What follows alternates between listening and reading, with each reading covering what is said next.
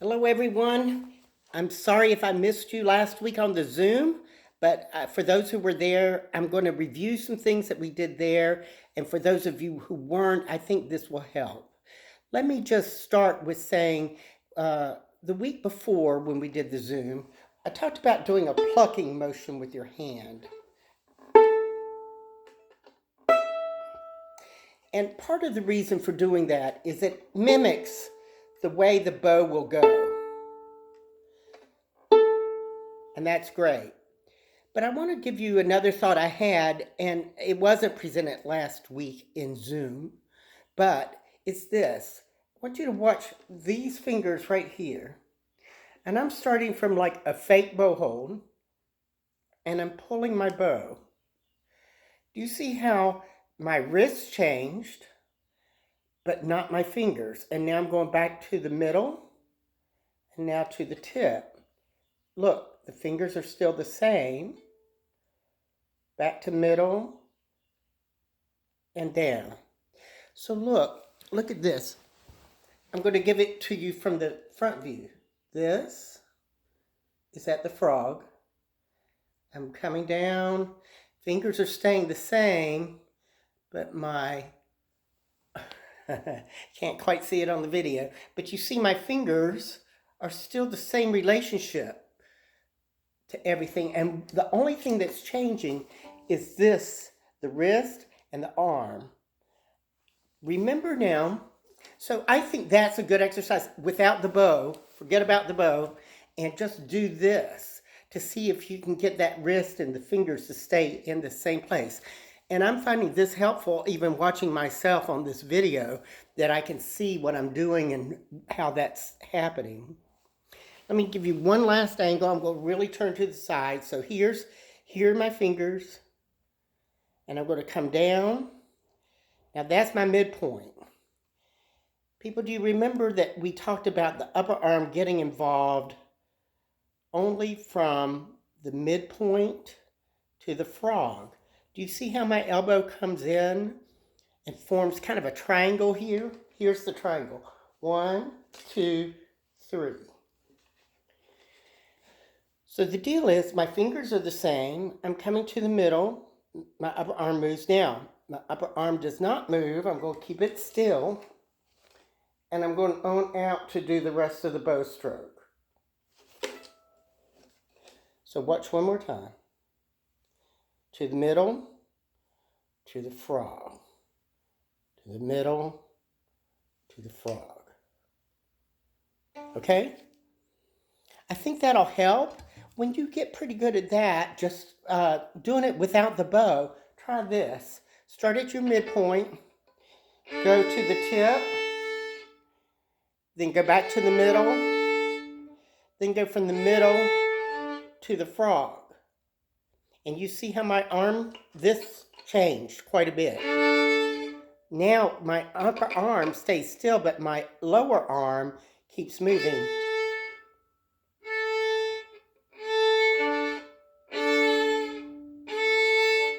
So last week we also talked about trying this in front of a mirror.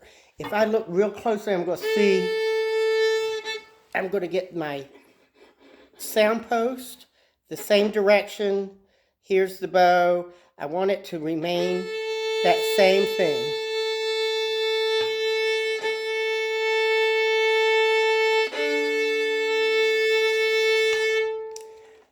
So then you can practice with the bow doing that, but do it one step at a time. Do mastery at each step of the way before moving on to the next step. Last thing, a lot of beginners, when they begin playing, they want to play mostly out here over the fingerboard, the black fingerboard. So what I want you to try to do is play more about right here on your strings, where, I guess, where the F hole here and the F hole here begin to come out. That would be a good place to bow, right through that area, but not way up here. And if you get too close, there may be problems with sound production. Okay? All right. So that's kind of what I had to say about the bow. And we reviewed the points of the bow. You can find videos on that, but I will go through it quickly. Let's review bow hold, because this is something that you'll need to continue to review constantly to be able to keep going and do what we want to do. Because when we get involved with so many other things, like when note reading comes in or we're more worried about notes, suddenly our bow hold may go to pot. So we just have to check it periodically to make sure that it's pretty good. Now here's my front view. Gosh, this is even better than class. You can get a real view of what I'm doing. And if I turn, you see how this is coming out. The stick is coming between these two fingers here. Two joints. Joint 1, joint 2, and coming out between the two. These fingers are curved and over the side. For my hand, and for most of you, your ring finger can cover the dot if you have one on the bow. And the pinky sits on top. And that's my bow hold. Now I'm going to turn it so you can see. Do you see that my thumb is curved outward? It's not this. That would be very bad. That we need it to have it curved. So we talked about last week trying to see if we can begin to get the fingers to do a little relaxation and movement. And people, what I literally think of here is this. This joint moving to this joint. So if I do this, let me hold it straight up. Okay, that's good hand bow.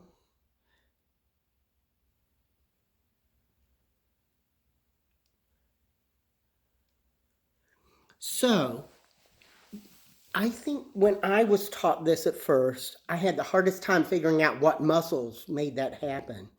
But I think if you will allow the thumb to do the work and the other fingers kind of add to that upward motion. So think thumb to the first joint here. Thumb, the first joint of the thumb to the base joint of the first finger. You'll be able to get that started. Because when we play, ultimately, we want a nice smooth bow change, and the change in our fingers helps to do that. Notice that when I put my bow this way, I had it on my arm. Please don't hold the bow like this without the arm. It's very hard to hold. It stresses the back part of our hand, and eventually we get a bad bow hold because we're doing that. All right, let's talk about the other thing I was mentioning last week. Everybody's usually anxious to develop a vibrato, and vibrato is a wonderful thing, but it has to be done stepwise, and it needs to be done in a specific way. Some of you are able to develop a vibrato that sounds pretty good, but later on when you go to high positions, you won't be able to get that vibrato because of the way you've learned it. So it's got to be learned correctly. Now, I didn't really teach all of vibrato last week. All I did was give you some exercises. And I've come up with an idea since that time to talk to you about. I want you to take, especially if you're left-handed, but if you're right-handed, use that. But I want you to think about shaking salt out of a shaker. Do you see how naturally my arm moves? Okay, do it with your left hand and see if you can get the same kind of natural movement. See that natural movement? I'm not thinking about it. I'm just thinking down, down, down, down, and it automatically comes up. I don't think down, up, down, up, down, up. I think down, down, down, down, down, down, down. Kind of like bouncing a ball. If you bounce a ball, you think down, it comes up, down, down, down, and your hand automatically comes up. Now, the reason I'm asking for this is that I talked about a swinging motion from your instrument last week. I talked about literally letting your hand hang from the thumb, moving your elbow out from your body a little bit, and seeing if you can get this natural motion. But as a prelude to this, I started thinking, if they do this, and then just start to turn their arm so it's this way, that's the motion you want to get. And eventually, you would turn it around and come on up here. Same kind of thing. I think if you do that without the instrument, that will be helpful to you. And then I would take it to the instrument and literally hang by the thumb and see if you can get that natural motion going. Now, again, I need to emphasize, if I'm way down here next to my body, my elbow, we don't want that. We need the elbow to be out from the body just a little bit. See, here's at the body. Here is where I move out a little bit. And from there, I want to start that natural motion.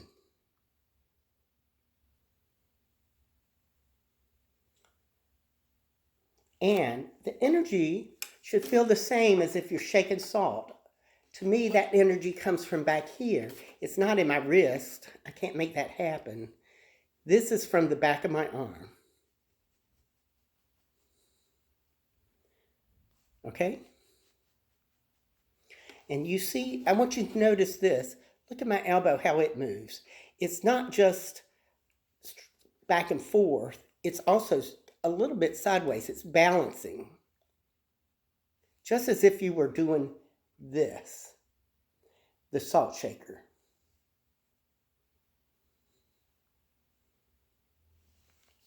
Okay? Now, if you have questions this week, get up with me and I'll try to answer. And I know some of you have already sent me some information you would like to have.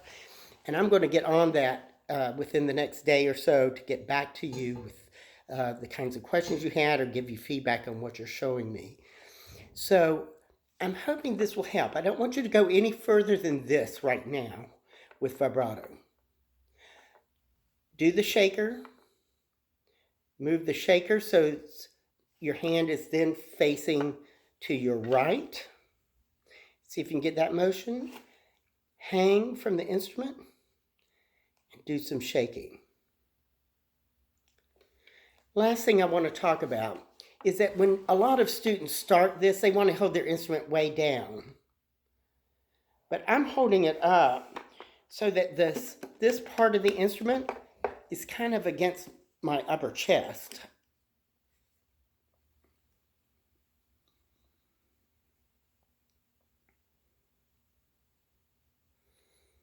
So I want you to notice, it's not just in my wrist here, but it's also happening back here. Look at it again, and I'm just hanging from my thumb.